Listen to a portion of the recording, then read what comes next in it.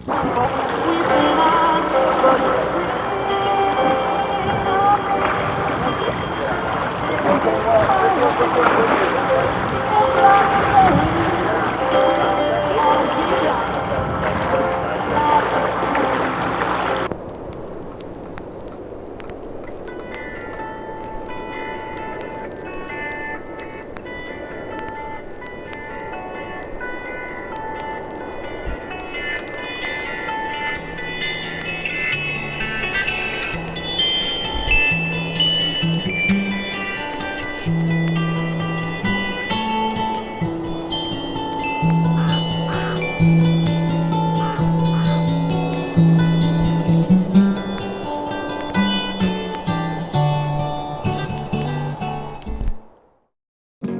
Monday, September 7th, 1964, Mary and I flew to Toronto from Heathrow. Both sets of parents were there to see us off. Mary had never flown, so everything was new and exciting for her. We arrived in Canada with about $200 and our suitcases. We did not know that the Beatles were performing in Toronto that night. The city was in an uproar.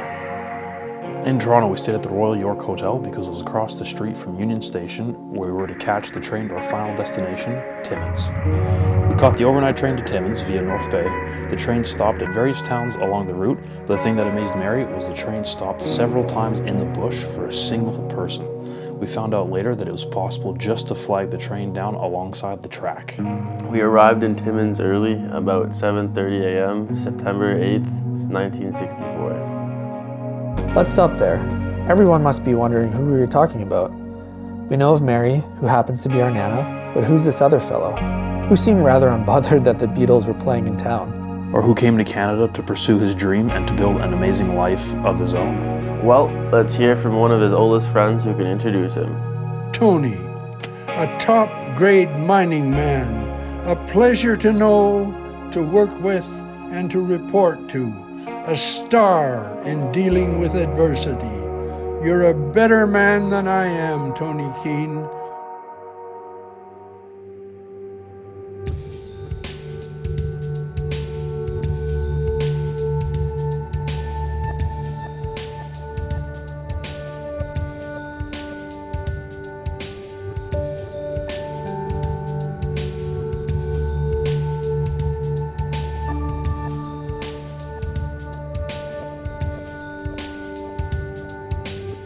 I started to work at the Honor Mine. Because I was a new graduate with little experience, I was sent to work underground. We worked a 6-day week. David was born in South Porcupine Hospital on September 26, 1965. I had to visit the hospital by bus from Timmins after work. Fortunately, I was on day shift when David was born. In September 1967, I managed to get a job with Inco in Sudbury as a planing engineer at Levack Mine, and I also had a house in Levack at $35 a month, including heat. Jennifer was born on October 3rd, 1968. She was about 4 weeks later than originally planned. I took Mary to the hospital in Sudbury late in the evening. Then I drove home. Mary called just as I got home about 45 minutes later and told me that Jen had been born. Doctor had made it to the hospital just in time. Early that summer, I had been pushing for a transfer into the mining operations side of Inco. However, I was told they needed mining engineers and I was to stay where I was in engineering. Cominco were advertising for mining project engineers. Cominco were going to pay the cost of moving and driving out to Kimberley, BC, where I was to be based initially. We bought a new car and set off across the country in early September. In 1971, I was sent to Greenland to what would become the Black Angel mine operated by Cominco at 73 degrees north on the west coast of Greenland. I was there about 6 weeks during the summer and early fall, setting up the engineering office and working on layouts for the development in mining. In summer of 1972, we went to England for the first time since 1967. During our vacation there, I received a telegram offering me a job as mine superintendent at the Black Angel mine in Greenland. I started full-time in Greenland in September and worked on a rotation, 4 months in and 1 month out. The rotations continued until October 73 when Mary and the children joined me. Then the rotation became 6 months in and 1 month out. Grade 3 for me, so we went up for a full school year plus over the winter. Schoolwork would come from Ottawa in a big brown envelope. And so you did all your school and then put it in an envelope, sent it back to Ottawa. Somebody would mark it, unknown person would mark it and send all the new assignments and schoolwork and stuff. I did grade 3 in about 3 months. In 1974, I moved back to Trail, BC. David played hockey goalie and was coached by Seth Martin, who had been on the world champion Trail Smoke Eater team in 1961. Mary started her UBC history degree at Selkirk College, taking anthropology. About this time, I was promoted to assistant chief mining engineer for Cominco. In 1977, I was sent to work on the engineering and planning for the mechanization of the Sullivan mine, so I commuted from Trail to Kimberley each week for almost a year. I was at Sullivan Mine from early 1978 until April 1985. During that time, I went from operating superintendent to production superintendent in 1982. In early 1978, I moved to Kimberley full-time. We bought a house and our close neighbors were Pete and Eileen Jacoby. While Tony and I worked for the same company, we never worked with each other because he was in mining and I was in metallurgy in the mill. He's just that guy, no matter what the circumstance is. He's always shown an awful lot of strength of character. Another thing I want to say, if nobody else has said it, is that Tony has a real gift for friendship. When you look at the people that are still his friends, and some of them over years and in various parts of his life. You know, no matter where he goes with the different diverse interests he has, he meets people, makes friends, and maintains friendships. In April 1985, I saw there was an opening for the manager at the Con Mine. I applied and became mine manager in Yellowknife. Summer of 1985, we moved to Yellowknife. And I was given the choice, because I was going into my last year of high school, to go to a boarding school in Victoria, to live with the Campbells, because they had offered to take me in to finish my last year in Kimberley, and to go with Mom and Dad to Yellowknife, where Dad was going to manage the Con Mine. And I was desperate to get out of Kimberley. And what was cool about going to Yellowknife in your last year of high school was that everybody came from somewhere else. It was the only place in the 80s that as a single mom, you could get paid enough to bring your kids up. In a year, it was amazing how many people I got to meet, I got to be friends with, because everything was just so transitory and open, and it was really cool. We came home from church on Christmas Eve and got out of the car, and the snow was purple, literally. And you looked, and you don't get those colors anymore, and you looked up and it was just bright red, purple. It was an extraordinary sky, and it was right at Christmas, and it was just cool. In December '86, after a long process, Cominco sold the Con Mine to Nurco from Alaska. During the last week, I did not know where I was going to work, so I applied for many jobs. And at the last minute, on the last day, I was told that Cominco would keep me, and I moved to Vancouver and did various jobs. In August 1987, I was appointed as mine manager at Polaris Mine in Northwest Territories.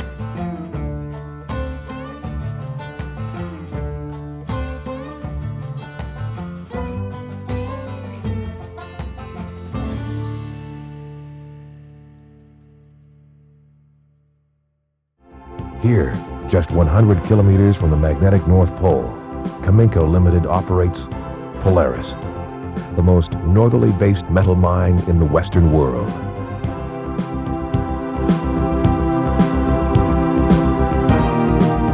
Polaris is located in the high Arctic of Canada's Northwest Territories, on the tip of Little Cornwallis Island. The responsibility of being general manager of a mine is absolutely enormous, and it's tenfold when the nearest infrastructure is 1,000 miles away, and particularly in the high Arctic, which is a pretty rugged environment. And Tony managed to keep himself sane and fulfill all his responsibilities to the entire satisfaction of Cominco. I count it a real privilege to have worked for Tony. These isolated northern mines, they're difficult, inherently difficult to manage, and anybody that can do that at any supervisory level is a pretty special kind of person, and Tony definitely was that kind of person. Following the con sale, Mary and I moved to Vancouver to a townhouse on McBain Avenue in Arbutus Village. We were there through the summer of 1987, then we bought a house in Richmond on Seacastle Drive. I was working on a rotation of 6 weeks in and 2 weeks out. In 1995, Daniel was born to Dave and Petra. Tony inspired him to begin taking up photography and grew to a love for videography, which he went to school for and has a career in for almost 10 years. In June 1998, I took early retirement from Cominco after 31 years of service. After about 6 months of retirement, when I was working around the house, I was approached by Alan Moss of Golder Associates to do some consulting work for them on the uranium mines in Saskatchewan. This led to me setting up my company, A.J.Keen Mining Consultants Limited, and Mary was my only employee. She ran the office and was the office manager. It was the best thing we ever did. During all this, Jennifer had Nicholas and Teo in 1999 and 2001 while living in France with her husband Bruno. In 2004, I was diagnosed with prostate cancer and had surgery at VGH in August. The following year, I started to hike with the Pathfinders Outdoor Club. 2009, we lost Mary, or to the grandsons, Nana. Her legacy lives on by the Friends of Richmond Archives by renaming an award given to students of the Masters of Archival Studies program at UBC. Mary played a leading role in developing community support for the archive, serving as president of the Friends for 12 years and authoring 6 books on Richmond history published by the City of Richmond Archives. Her thing was you bloom where you're planted. That was her thing. And she was home, because everything else changed all the time, so she was home. What it taught me throughout the years, and this is something I've taken into my own life and certainly into my own job, is what Dad taught us through all of that was that change was always an opportunity, right? Every change for him was a better job or better pay. It was always a move up, and in the mining industry, if you wanted to move up, you had to move. Otherwise, you had no choice, right? So, and I think that for me, that's ingrained, it's in my DNA. Change for me is an opportunity. Sometimes it's not welcome, sometimes it's unexpected, sometimes it's stuff that, isn't great, but there's always something in it that you either learn or you take away or that you grow from, and sometimes it's some amazing things. For me, it's really good to have all of this family history and knowing, where everything has started and where we're headed. So I think, all of that it's been a really full life and really interesting, and gives us lots of stories to tell and lots of experiences, just to makes us who we are. He found his thing, and I think that's a lot to be said for that, because I think a lot of people, especially when you look at all the careers that are available today, I think people really struggle to find their thing. And I think that he really found his career at the right time in the industry, because it's different now. And I think he was able to build off of that in a way that really helped him become who he is. Thanks to Granddad, I fell in love with the outdoors, especially camping, hiking, and snowshoeing, and I was inspired to follow my passion and love for cars, as he would take me to as many car shows as possible, rain or shine. He also played curling during his working years and loved soccer and rugby. Granddad inspired me to play rugby, soccer, and get out in nature as much as possible. I wouldn't be doing what I am today without growing up observing your love for storytelling, exploring, friendship, family, and most of all, photography. So for that, thank you, Granddad.